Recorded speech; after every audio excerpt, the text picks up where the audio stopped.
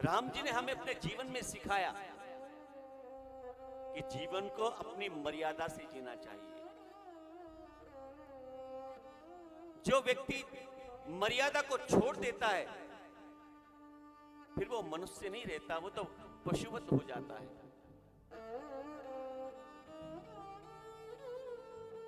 और हमको और पशु को एक कोई लाइन में खड़ा करे, पंक्ति में खड़ा करे, तो क्या ये हमारे लिए उचित है? याद रखना साहब, अभी हमारे भैया जी ने कहा था कि भगवान ने 84 लाख योनियां उत्पन्न की है इस ब्रह्मांड में।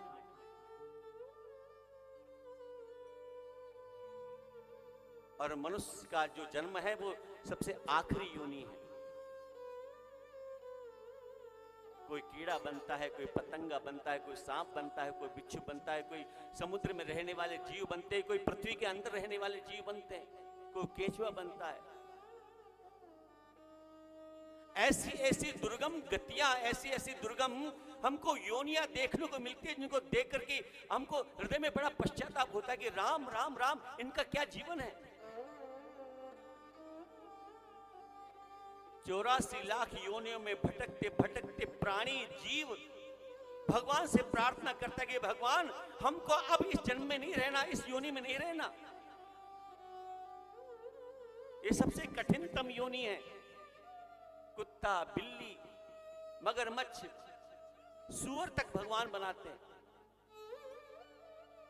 सबसे गंदा जीवन तो सूअर का होता है ना साहब।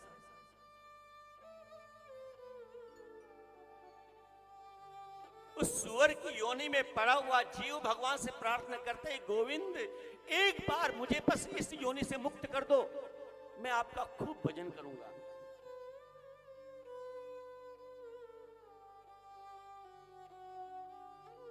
अनंत योनियों में भटकते जब जीव भगवान से प्रार्थना करता है, तब जाकर के भगवान को थोड़ी बहुत दया आती है।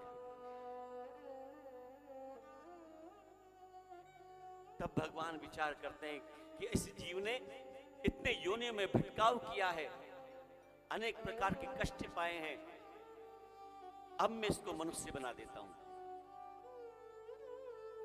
तब भगवान अंतिम योनि में मनुष्य को रूप देते हैं साहब।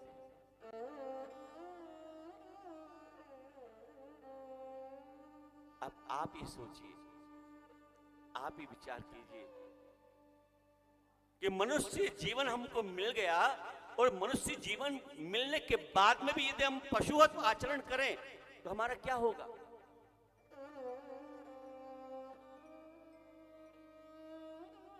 यदि इस योनि में भी हमने भगवान को नहीं भजा, इस योनि में भी हमने भगवान को नहीं पाया, तो हमारा जीवन फिर वही 84 लाख योनि में भटकता रहता है साहब। ये जो जीवन हमको मिला है, ये भटकाव को शांत करने का, भटकाव को समाप्त करने का जीवन है।